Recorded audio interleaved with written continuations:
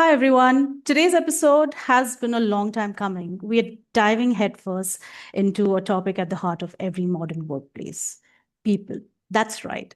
Powering recognition in HR, and in this age with AI. AI is rapidly reshaping the HR landscape, and understanding the human side of work has never been more important. Creating real impact starts with human connection, and we couldn't think of anyone better to guide us through this conversation. Joining us today is someone who truly gets this. For her, making a difference means getting down to that human level. We're thrilled to welcome Dr. Meisha-ann Martin, VP of People Analytics at Workhuman. She's a leader in people analytics and employee experience, committed to building human centered workplaces. And she's an absolutely positive thinking human being. I'm your host, Fatima Rangwala, Strategic Content Head at MarTechcube, where we connect you with leading voices like hers to fuel your growth and forward thinking mindset. Thank you so much for joining us today, Dr. Martin. Thank you. I'm so excited. Awesome. It's our pleasure, Dr. Martin. And I think, to have you on the show, we've been really looking forward to the chat. And, because this is such a truly timely topic. And, your expertise really resonates with all that we are trying to do here and heading in the HR tech space. So, rather, before we get started, we would love to hear a bit about your background, Misha, and who are you as a person, and how does this space bring the best out of you? I love that first question. We do something similar on our How We Work podcast at Workhuman, where we start off with the human. And I think it's such a great way to start. I think the important thing to know about me is that I was born and raised in a different country. I was born in Jamaica and I came to the US for school. I came for my undergraduate degree and I was really, really young. And I remember thinking, oh my gosh, America is so rich. This is great. It's a wealthy country. I'm from Jamaica. And realizing that not everybody participated equally in that wealth. And I wanted to be part of that solution. I just remember thinking, oh, that's not right. And I figured something out early that I now speak about a lot. I think it is really, really important for people to find their purpose. And I think your purpose lies at the intersection between what you're good at and what you care about. And so I cared about the fact that people weren't participating equally in the opportunities here because they weren't allowed to, and I was good at statistics. And so my passion for people analytics was born. I started my career, wanting to really shed light on inequity using analytics and also using measurement and analysis for accountability. Like, are we really, giving equal opportunities? Is the work experience as inclusive as we think? And so I've had a long career in people analytics and employee experience, and I've done it across a number of different industries for about 2 decades now. I'm still doing it. I still love it as much as I did on day one. Awesome. Tell us more about the industries, Dr. Martin, that you've kind of experimented or worked initially, and then kind of, became an expert at what you do today. Yeah, I started out in financial services, and that is a Wow. great place to start because it is a very relationship-oriented business. Yeah. And on the client side, that works really well. In terms of people getting opportunities side, it can be a way for, people not to get the same type of opportunities, right? And so that was a great place to cut my teeth in the beginning of my career. I remember introducing an employee engagement survey, all the way back then in 2007, maybe. From there, I moved on to airlines. I worked at JetBlue. And the cool thing about that experience was the opportunity to link employee experience to customer experience. That was really, really formative. And doing the analytics that prove that, hey, how we treat people affects how they feel and what they do and how they behave in a way that customers can observe, that we can show when we do the analytics linking these two things. Really, really cool experience. And then from there, I decided I wanted global experience, so I went and worked for Flex, aka Flextronics, lots of manufacturing. I learned a lot about the intersection between manufacturing and tech. I did a lot of visualization work. And, that's where I actually think people analytics doesn't do enough because we focus so much on the analytics that we don't think enough about metrics. And if you do metrics well and show data really well, you can change the behavior in action and influence outcomes. So I did a lot of that work there, which was really, really cool. And then from Flex, I did a brief stint in talent management at ServiceMaster, which was really cool because it broadened the way I thought about my career. Yeah. I debated long and hard about going into talent management, and then I read work rules, and I was like, but I can apply these same ideas of analytics and experimentation to developing a talent experience that I can prove has an impact. And so I had fun doing that for a while. And then I came here to Workhuman. That's an HR tech company. And it's another cool experience because I'm not in HR, but I'm for HR. Yeah. So, and I have the opportunity to talk to HR across a number of different companies and a number of different industries as I talk to our clients. Right, right. And what's that one common thing that you kind of noticed or experienced in all of these areas or all of these industries that you worked with? Like something that is on top of your mind that you can share with us. So I'll answer that question a couple of ways. Across my entire experience, one thing remains clear. No matter what you're trying to do, it starts with people. It all starts with people. And I think so often we focus on the outcome instead of the people producing the outcomes. If you focus on the people, everything else follows, like point blank, period. As it pertains to Workhuman and, our customers and the variety of industries there, I will say that, we say we support the best cultures in the world. I really feel it, especially right now as, we're thinking about and talking about DEI a lot. Our customers are still invested in providing inclusive experiences, for their populations. And so I'm just really, really proud of our client base. Awesome.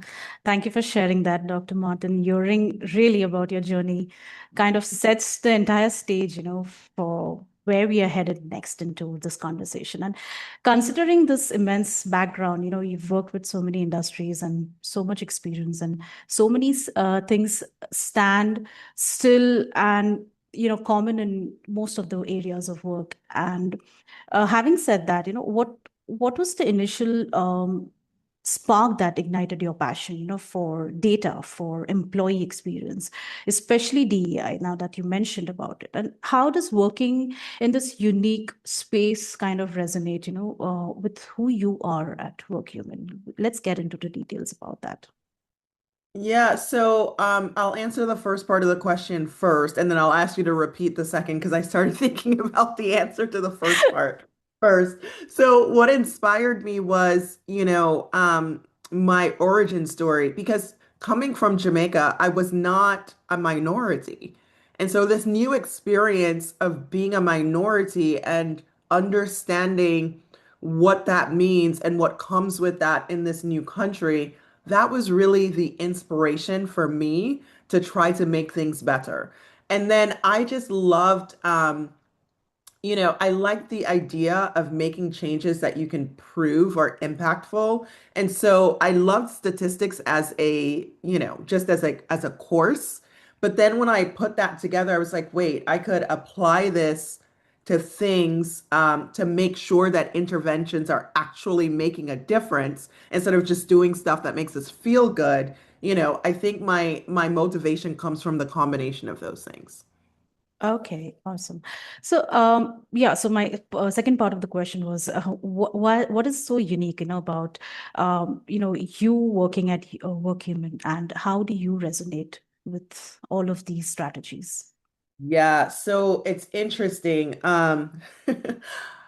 I was on the job market having been laid off when George Floyd was murdered. George Floyd and that murder was a big turning point for how I approached my career. I got angry, my intent of making an impact in terms of equity and inclusion in the workplace, it was still, I was about to say it was the same, but it wasn't exactly the same. It was more enhanced. Like I wanted to do that more. But I started to feel like the way I was doing it wasn't enough. Before that point, I was very clinical in surfacing insights. I didn't want to be part of the story. I wanted to let the data speak. It's more of a removed scientist kind of approach. And when that happened, I switched to a more thought leadership focus because I had things to say. I had feelings. And I finally came to terms with the fact that my experience was part of the story. And if I added that together with the data and the research and the insights, I could perhaps influence people to make changes. And so it was with that intention that I went into the job market. I wanted a company that was trying to do something that was aligned with what I was trying to do. And I like to say the universe delivered with Workhuman because they too are trying to influence, a positive work experience and inclusion um, across industries, right? And so the timing was just right for me to have a broader influence from a single company to multiple companies. The company was aligned with what I was trying to do with my life. And one of the things I am super grateful for. So, one of the first things I did at Workhuman was write an article about turning the moment into a movement. And I submitted it to Workhuman as, one of the articles that we would um, uh, Contribute. uh, Yeah. yeah, provide to the media to Yeah. publish, to kind of shop around. And I remember my first draft, the PR person said, yeah, it's good, but it's not you. And that was that, we don't see any of you in that article. And that was a signal to me that my personality, my thoughts, my opinions were important and really belonged. And so I ended up redoing it with the same recommendations based on my experience, but also with how I felt about it. And Workhuman loved it. And I have been doing that sort of thing for Workhuman ever since. That's so awesome. I mean, you put yourself at the core there, and you had your thoughts speak out loud. I mean, it's really true. When they say that, you have the intent, things do come naturally to you. That's And I right. think that's what's happened with you. And such a powerful starting point with our conversation, Dr. Martin. Really, thank you for sharing, Sure. what has fueled your work by far, what's the highs and lows of your life, and building on that foundation, let's dive more into understanding how the HR data is available nowadays, and are teams asking the right kind of questions now that you're working with Workhuman? You must be interacting daily with so many people, so many Yeah. clients, and how do those kind of teams ask the questions in their own organizations? Do they choose the kind of tools that are enhancing their work process? Just as you in the beginning you said that it's all also about metrics. So Yeah. that's So I do not think that for the most part we're asking the right questions. What I see a lot in the HR space is HR leaders saying, what data we have? What data do we have? When really that's the wrong question. The right question is what is the data that we need? Because sometimes you have to create the data or go out and seek the data. I think focusing on the data you have is easy, but it Hmm. doesn't necessarily give you the information you need.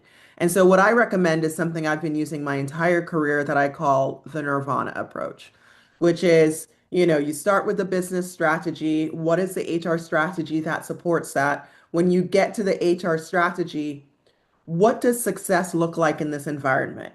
You break that down to success statements, and then from each success statement, you come up with indicators, right, of what would tell you how close you are to that success that you've just outlined, right?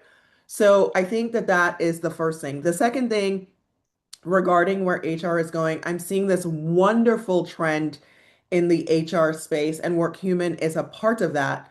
I would say about 10 years ago, we were very focused on HR tech that helped people do things. We did not think about experience for the users of that software. I think about, some of the recruiting software that was very task focused and not experience focused. We have moved on to technologies that help people feel things, not just technology that helps people do things. And as we get more distributed and work across borders, this is important because the technology becomes part of the employee experience and not just something that enables a task. And then the next frontier of that is now that we're leveraging technology in this way, what is the data that we can get from that technology that can further enhance the employee experience? And this is where, Workhuman is really, really strongly contributing in this space. And I'm so proud to be able to say that. That's really fascinating. And I think you've already answered how Workhuman does, just beyond the tools and setting those clear objectives. It's very important. Also, this is something that is touching something upon an important topic that I have always been wondering. But before we move on to that, I would like to ask you, how do HRs kind of set their strategies? I have always wondered, is it that they look at people and then they set it up, or is it always a two-way street here? Like how or does the industry, HR is always the core of the organization, it's the core of the world, it's so into the focal point there. So Yeah. how do they come up with these strategies? Do they interact? Of course, having employee experience, Mhm. feedbacks, the retention phase, the talent acquisition phase, that teaches them a lot of stuff. But we often peek into HR strategies and we build up our own metrics.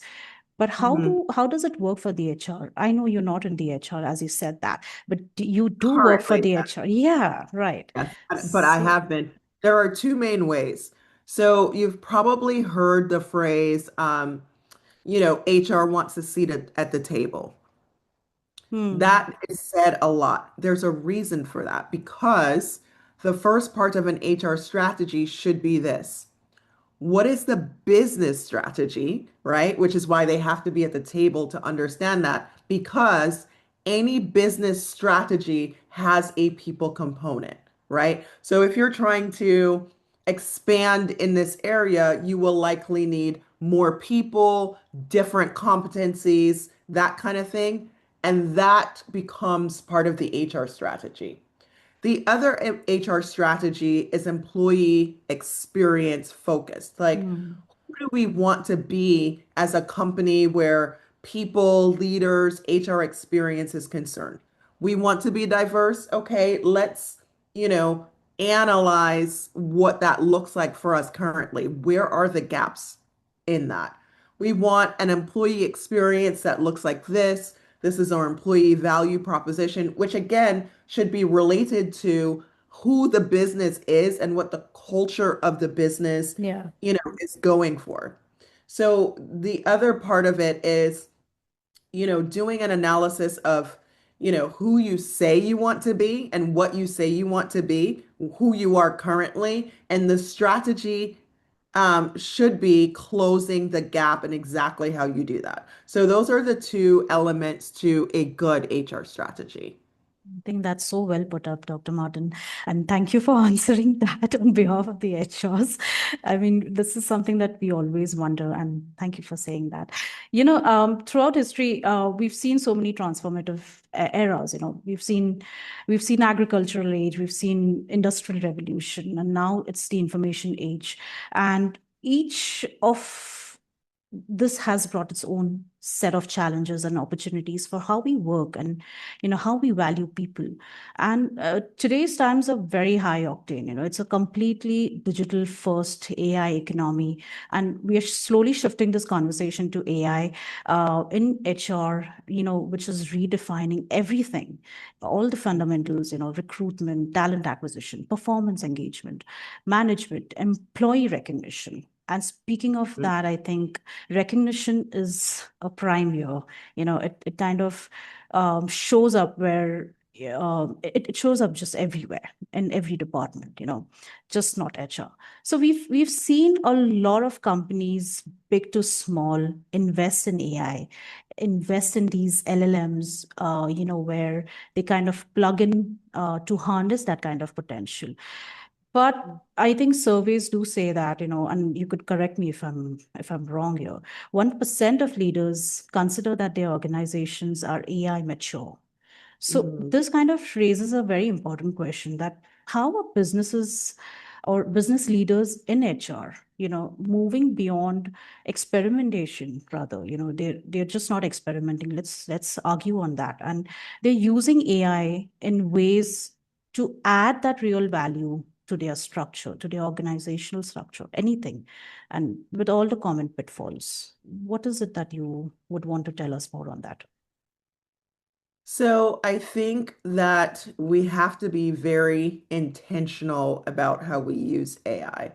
I heard this somewhere else, and I can't remember, where I heard it. Otherwise, I would give the attribution. But, I heard somewhere we're trying to turn the robots into humans and the humans into robots, Hmm. right?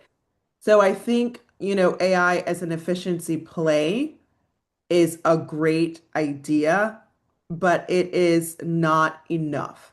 And what we really should be doing is thinking about how we can use AI to augment or improve the most human aspects of ourselves. Like, how can it make us not just the most efficient human, but the best human that ever did human, right? So we can um, optimize our humanity. And this is what I really love about Workhuman's AI as an example. So in our recognition tool, you can choose to use the inclusion advisor. So you write a message and you choose to use the inclusion advisor, and it will highlight potential biases and negative language. Because as you're trying to connect with somebody through a recognition message, you can inadvertently say the wrong thing.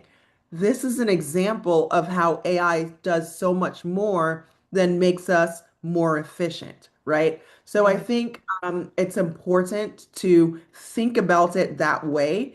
It is also important to think about how it supports what we're trying to do.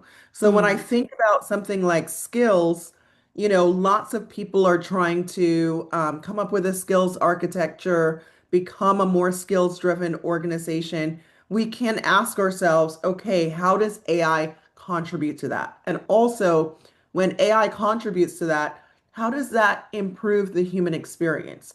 One of the things I'm really excited by is using recognition data to infer skills about people. So imagine this, it's all these different people giving me Hmm. feedback about my strengths, essentially, right? And the data that is collected in our system from the recognition platform can be aggregated and analyzed through AI to tell me what my skills are. That changes how I That's think about awesome. Yeah. that changes how I show up. I mean, it is innately empowering. And so I would like us to think about um, AI in that way, not just how it makes us more efficient, but Yeah. also how it makes us better in completely different ways. Yeah, and you kind of start looking at people and things so positively because you have a very clean language. You've been given a feedback in a very clean way. So there's no room or space for negativity. I mean, that's really a very interesting perspective. And so how are the designs and the any parameters or KPIs that Workhuman, I'm sure you just mentioned that, but how are organizations ensuring that these tools enhance like rather than dilute, as you said, the genuine human connection? How are organizations doing it, and to what level have they achieved to kind of make their feedback or make their recognition program very AI centered? Yeah, I think in terms of success metrics, for recognition, you have to first get to a point of robustness, before you can use recognition data this way. Hmm. So you have to have, most of the organization participating in the experience. You have to have a robust recognition habit where people are being frequently recognized. And then each recognition message has to be high quality, which is another way we use AI in our system to kind of coach you along to write a better message. So where recognition is concerned, those are the success metrics. But I think in general, where AI and technology is concerned, each organization should think about, what do we want AI to do for us? Hmm. How do we see AI contributing to our strategy, to our experience? What does good look like? And then come up with their own metrics of success for that, for Hmm. each partner that they're working with. I think too often we just stop and we go, oh, yes, it has AI. Okay, but Yeah. so what, for what, contributing to what? I think the other thing that is really important as organizations try to get AI mature is to make sure that you're doing the change management required to make sure it takes hold beyond the senior leaders. In our research, we find that employees are reticent to use AI. They don't know what the rules are. So even people who are using AI, they're not sure they should be, right? And Hmm. so they're thinking, should I admit that AI helped me with this, or am I going to signal that I can't do my job? And so this communications part is really, really important. And what we find is that when you match recognition with skills and use recognition to support upskilling and send the message that, yes, Yeah. this is something that we want you to do. Not only are people more likely to do that thing because positive reinforcement works that way and it is undefeated, but also people are more likely to feel like your organization is a great place to grow, right? And have Yeah. a career. And so they're more likely to stay with you as well as a result. Absolutely. Absolutely. I mean, these are very helpful KPIs and parameters. I think organizations should actually keep in mind, to formulate or to build up a very robust system. And this also brings us very closely to the theme, which is psychological safety, because I'm sure while we are into doing all of this, it kind of impacts the psyche, of a person, of the one who's creating that tool, of the organization, of the entire vision of the business. So psychological safety is very, very foundational. I mean, it's an inclusive um, kind of an environment where Mhm. employees kind of feel comfortable. They would want to contribute their diverse perspectives, as you kept saying. Right. So from that lens, Dr. Martin, how can organizations use people analytics in your experience, to kind of to enhance, to identify threats or assess any sort of culture that is built on trust and openness? I mean, what are those leading indicators that they should keep in mind? So I definitely recommend Amy Edmondson's psychological safety scale. Even if I know there is limited real estate, in org surveys, right? So even maybe just a question about feeling comfortable speaking up.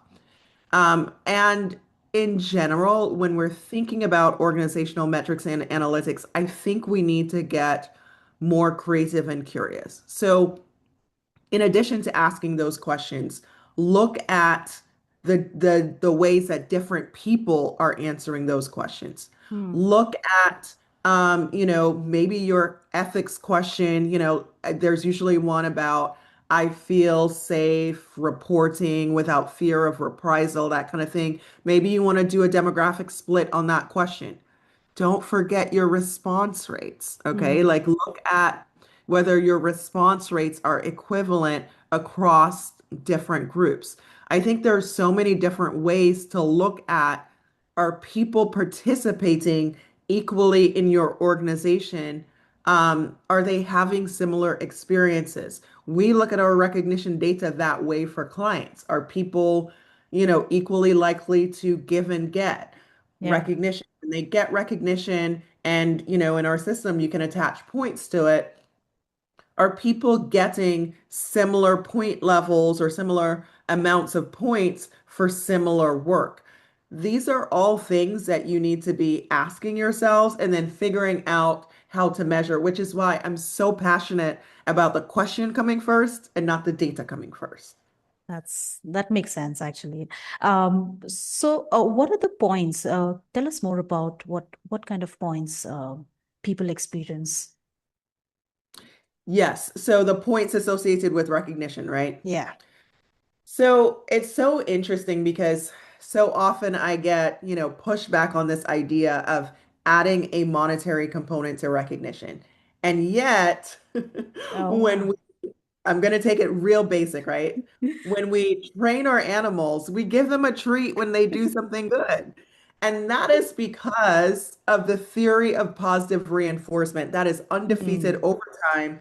And it is so well researched and supported that it just makes our way into how we do things, except people get stuck when it comes to recognition. But it's the Yeah. same idea. When I get something I want, after I did a particular behavior, I learned to repeat the behavior. Hmm. Now, want is an important qualifier here, which is why we use points. So often people recognize and they give a gift card. How do you know the person wants a gift card?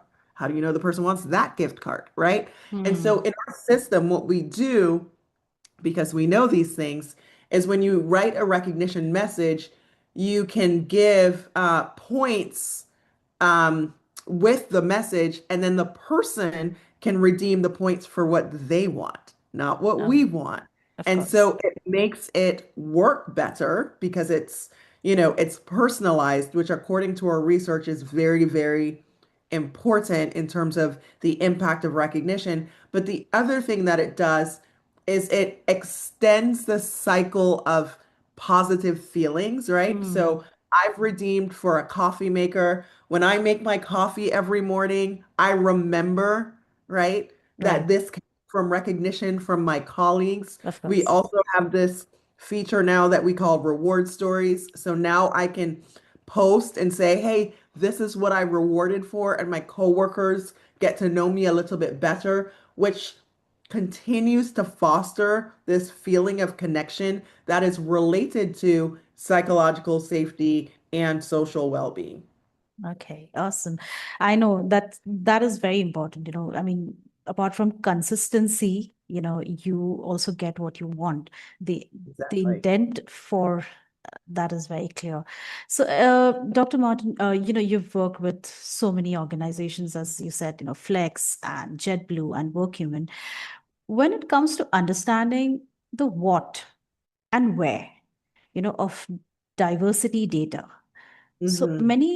many HR professionals still feel very overwhelmed. In your expertise, what are the critical success factors, that kind of distinguishes this recognition program from those that fall flat? I mean, I'm sure Workhuman is doing a superb job here, but what about the other organizations? So we've done research on what makes a recognition program the most impactful it can possibly be. And there are five things that we find are differentiators. So the first thing is fulfilling, or I like to say, calibrated. So people who do a lot should get a lot.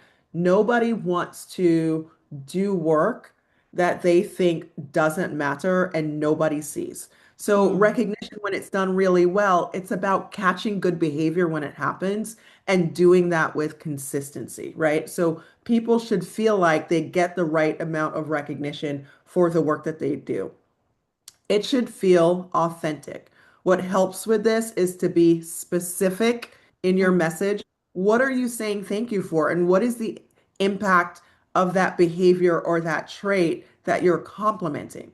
This also creates information density, by the way, when you're trying to use recognition data for other things like inferring skills. And that's why a throwaway thank you for doing a good job, it's better than nothing, but it's not exactly the best, right? Right. So that's the second thing. The third thing I've already mentioned is personalized. I need to be recognized the way I want to be recognized. Some people don't like to be recognized publicly. You Hmm. should know that. Do not, call them up on stage, like if that's not Save the something they like, embarrassment. right? But actually, when you do it in a technology like ours, public comes in the form of a social feed, which most people are used to. Yeah. And so you get the benefit of, amplifying good behavior on a social feed without the ick of like, oh, everybody's staring at me. Right. So that's really cool too. Four, it has to be equitable. If I do something, my Hmm. coworker does the same thing, I have to feel like we have an equal chance of being recognized. This is why the audit of the program is so important, and we help with that because you want to make sure that you have an equitable program. And then lastly, it should be embedded in the culture of the organization. It shouldn't be happening in pockets. Ideally, you have people recognizing a lot, not just managers to peers, but peers to peers across departments. There is, there are good things that happen when an individual feels Hmm. recognized. There are additional good things that happen or that impact is magnified when people feel like they work somewhere where recognition happens Yeah. and they see it frequently. So those are the five things to keep in mind. Absolutely. Thank you so much for that, Dr. Martin. Really well put up and very, very insightful, tips that you've given to our audience, to our listeners today. Appreciate all of that you're saying. I mean, it's really important to have recognition.